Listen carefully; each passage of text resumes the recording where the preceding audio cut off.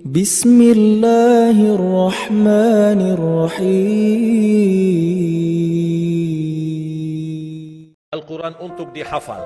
Saya memiliki harapan yang sangat tinggi. InsyaAllah Indonesia, sepanjang apapun kegelapan, sepanjang apapun kegelapan kezaliman, sepanjang apapun kehilangan keadilan, InsyaAllah akan datang satu saat terbitnya matahari adil. Dan InsyaAllah Indonesia akan menjadi negara Al-Quran. Saya bisa meyakinkan gitu karena saya telah merasakan bagaimana di Turki. Turki negara sekuler yang ratusan tahun serangi Islam, ratusan tahun menabaikan Islam. Tidak boleh kumandangkan azan dalam bahasa Arab, tidak boleh ada rumah tahfiz, tidak boleh ada pesantren, tidak boleh belajar agama, tidak diberikan anak-anak kita bisa belajar dengan sendirinya Al-Quran. Semuanya dilarang dengan keras, bahkan terancam orang-orang yang melanggar aturan itu. Allah Subhanahu wa taala melahirkan seorang presiden yang bisa membaca Al-Quran. Coba buka di YouTube bacaan Erdogan bagaimana. Itu dilahirkan dari negara sekuler. Saya bisa meyakinkan InsyaAllah 1 juta menghafal Al-Quran. Dan Bapak Ibu mudah-mudahan masih punya umur akan mendengar pengumuman besar. Imam besar salat Idul Fitri dan Idul Adha sekaligus khatib adalah Presiden Republik Indonesia menghafal Al-Quran. Itu yang saya yakini. Dan saya tidak pernah merasa lelah. Dan saya selalu berkata sama istri, kalau saya mati itu pun karena saya bersama Al-Quran. Wallahi jamaah sekalian, yang bersama Al-Quran tidak akan merugi. Berkah rizkinya, berkah umurnya, terjamin kebahagiaan. Allah Subhanahu wa taala hanya minta satu, berkenan bersama Al-Quran di dunia. Apa yang kita dapat? Apa yang akan dibalas? Akan Al-Quran temani kita di dunia, akan temani kita saat sakratul maut, akan temani kita di kuburan membela kita, akan menemani kita saat kita dibangkit oleh Allah, akan menemani kita saat hisab, akan menemani kita saat berjalan di atas sirat yang sangat tipis dan panjang, bahkan tajam jalanannya. Begitu sampai ke surga, apakah Al-Quran melepas? Tidak akan melepas. Al-Quran masih berkenan, padahal kita hanya cuma sekali berteman sama Al-Quran di dunia.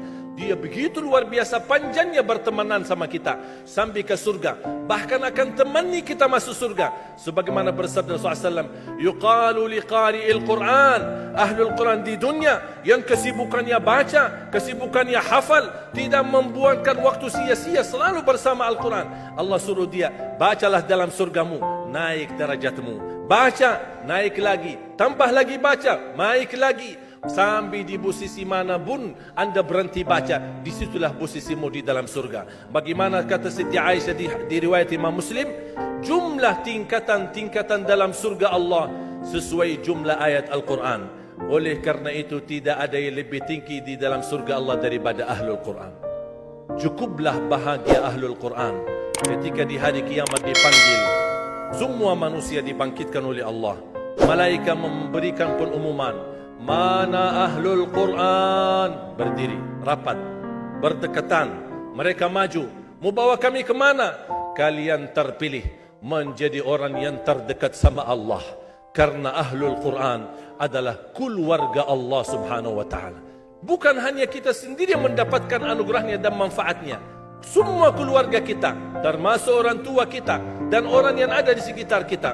Makanya jemaah sekalian, kalau anda gagal penghafal Al-Quran, anakmu pun gagal penghafal Al-Quran, jangan sisakan walaupun saham menjadi saksi baik di hadapan Allah. Ya Allah, saya belum hafal, anakku gagal penghafal Quran, tapi insya-Allah hartaku, usahaku, pikiranku, tenagaku bisa terus memperjuangkan Al-Quran. Apa saja, ya Allah, insya-Allah menjadi saksi baik. Dan nanti di hari kiamat, insya-Allah kita bersama Ahlul Quran mendapatkan syafaatnya Al-Quran di hari kiamat.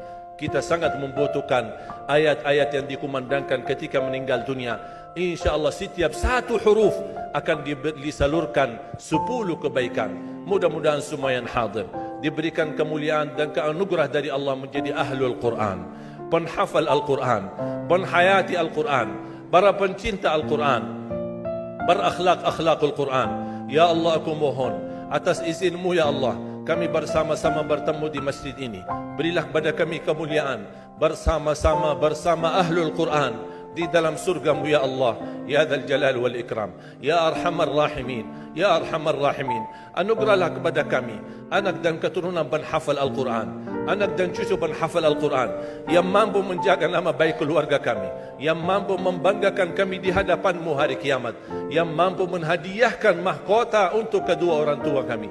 Birahmatika ya Arhamar Rahimin. Ya Allah, maafkan kalau kami tidak berhasil menjadi penghafal Al-Quran, tapi ya Allah, kami kurbankan nyawa kami, harta kami, usia kami, tenaga kami, pemikiran kami, ilmu kami untuk Al-Quran, agar Indonesia ke depan menjadi negara Al-Quran, agar Indonesia menjadi contoh terbaik untuk mata dunia, agar bisa kita melahirkan. Karena saya meyakinkan ya Allah, dan kami semua meyakinkan, terjamin masa depan Indonesia baldatun tayyibatun wa rabbun ghafur kalau selalu bersama Al-Quran. اغفر لنا ولوالدينا ولجميع المسلمين والمسلمات والمؤمنين والمؤمنات الأحياء منهم والأموات. ربنا آتنا في الدنيا حسنة وفي الآخرة حسنة وقنا عذاب النار. وصلى الله على سيدنا ونبينا محمد وعلى آله وصحبه وبارك وسلم والحمد لله رب العالمين.